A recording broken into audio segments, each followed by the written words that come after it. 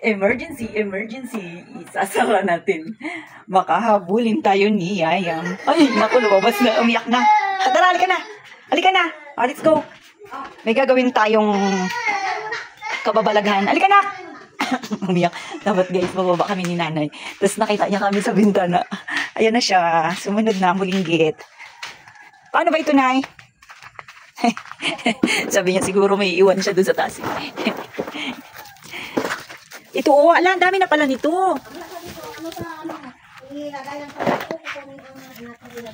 Ha? Ilipat natin to sa paso? Sa malaking paso? Oo, Nay. Oo.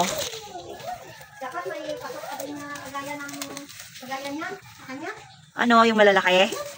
Oo nga. Bibili tayo ng paso na malalaki. Pagka siguro bukas, kasi bukas na, Saturday na. Oo, bilis diba? Di Friday. Ngayon Friday, bukas Saturday. Hello, Yayam! Hello, good morning. Wala pang ambon, pero baka mag-ambon. Oh, dito kami ni Yayam, guys. Nakunin mo mga raya, tapos. Ha? Video ka nito. No, hindi to sa'yo. Hindi to sa'yo. Emergency, emergency. Oh, may mga damo-damo kasi na ano. Saan kayo punta ni nanay? O kayo doon ng kangkong. Oh, dami na namang kangkong. Oh, maganda. Oo nga. Maano tayo? Bukas na lang natin ito ilipat, Nay. Mamaya bibili ako ng paso. Ano nang... May kani pa dyan. Karne? May karne pa tayo. Ay, kuha tayo ng kangkong.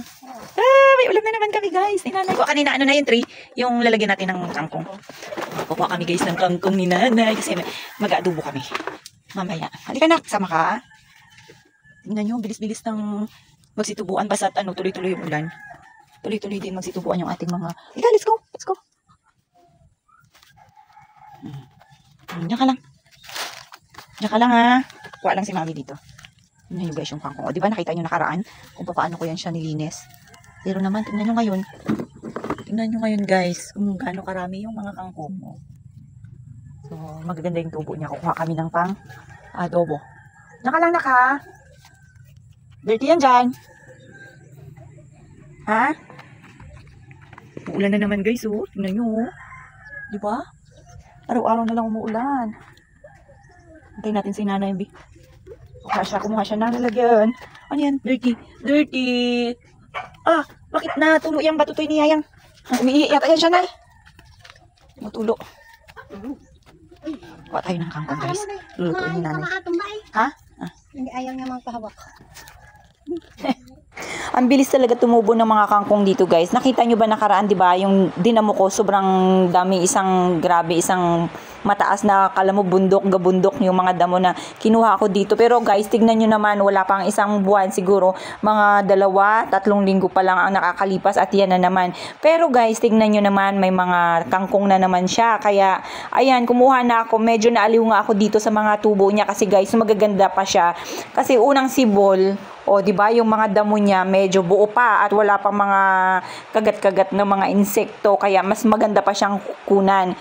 Kaya sabi ko kay nanay, guys, ikuha pala kami ng ganyan. Sabi nga ni nanay, meron pa rin daw po kaming karne sa taas.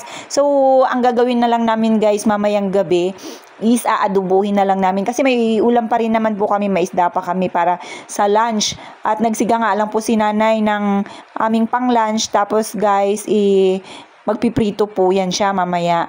At ayan, habang nag-aantay nga po ako, nagpapahinga po ako, guys. Medyo mahaba pa po kasi yung oras. Ayan, biglang bumuhos na naman ng ulan. Talagang tag-ulan na ngayon, guys, no? Berber na kasi. At ngayon nga po ay August 31. Ay, 30 pa lang pala. So, magsi-September na naman, guys. Malapit na ako mag-birthday. Burr na naman. Hindi pa ako yung mayaman. Hindi bali. Antayin nyo na lang ang aking pagyaman. At pag ako yumaman, kita nyo naman, papasimento ko ito yung aming daanan. Tignan nyo, ang putik-putik na naman. Pumasok nga po pala ako kanina, guys. Pero, bago ako umalis, itinanong ko muna yung aking kasama kung uuwi. Kasi kung uuwi siya, hindi muna ako uuwi ng lunch para magpapalitan na nga lang po kami bago kami mag-lunch. Pero sabi niya, guys, nagbaon nga raw po siya. Kaya ayan, nagsuot na ako ng aking jacket. Alam nyo ba, lagi ako nagja-jacket, guys, kasi nagmumotor lang po ako. Mabilis po kasi pag motor, talagang singit-singit ka na lang at mabilis makarating dito sa bahay. At ayan na nga po, nag-prepare na nga po ako kasi ito yung aking kasama, guys. Dito na rin po kakain at mag-order na lang din daw po siya ng kanyang ulam. Ganyan po kami pag hindi kami nakakauwi. Minsan sa lunch, nag-order lang po kami at meron din po ang naghati dito sa amin sa taas kasi ang aming office ay nasa taas pa. As in, third floor pa siya guys. Kaya minsan nakakatamad ding umuwi. Kagaya ngayon guys, umuulan. Kaya lang gusto kong umuwi kasi gusto kong silipin ang aming little boy doon sa bahay. Medyo maulan-ulan nga. Kaya uuwian ko siya guys kahit na madulas. Buti na nga lang guys, kanina pagbaba ko, nakita ko medyo maaraw siya. Akala ko tuloy-tuloy na nga ang ulan. At yan, pagbaba ko nga guys, halos wala na ring tao dahil nakita rin siguro nila na maganda ang panahon kaya nagsipag-uwian na rin. Lunchtime na nga po kasi guys. At yung iba naman, sinusundo nila yung kanilang mga anak doon sa school kasi nga Friday ngayon, may pasok pa naman. So hatid sundo, mga ilang taon na lang guys, ako na naman yung ganun. Maghatid sundo na rin ako kay Yayam dahil akala ko graduate na ako guys, back to zero na naman. Talagang ganun ang buhay. Super layo nga po ng agwat dahil ang mga kuya ni Yayam ay mga college na po at siya naman ay nag-uumpisa pa lang matuto. At ayan, pag-uwi ko nga po sa bahay, nagbihis lang po ako saglit, nagpalit lang ako ng aking pambahay at kumain na rin ako habang si nanay po maliligo pa lang daw po at si Yayam katutulog lang guys. So ako lang talaga mag-isa dito sa lamesa. Ayan, minsan yung kinalulungkot ko minsan guys kasi kumakain ako na walang kasabay kasi itong si nanay guys laging busog. Abay talagang hindi ko alam kung anong kinakain niya dito guys na sobrang nakakabusog. Met maya ang busog niya. Bibihira nga lang din po kami magkasabay ni nanay kasi minsan pagka si Yayam makulit, yun sinasabayan niya na lang muna guys. At pero minsan maaga pong kumakain si nanay kaya hindi ko rin mapipilit pagka sinabi niyang hindi muna. Alam niyo naman kasi guys, 'di ba pagka ganitong edad kay Yayam super kulit niyan pagka gusto. So paano ba yan guys? Kita-kits ulit tayo sa susunod na video. Sana nag-enjoy kayo. Bye-bye po.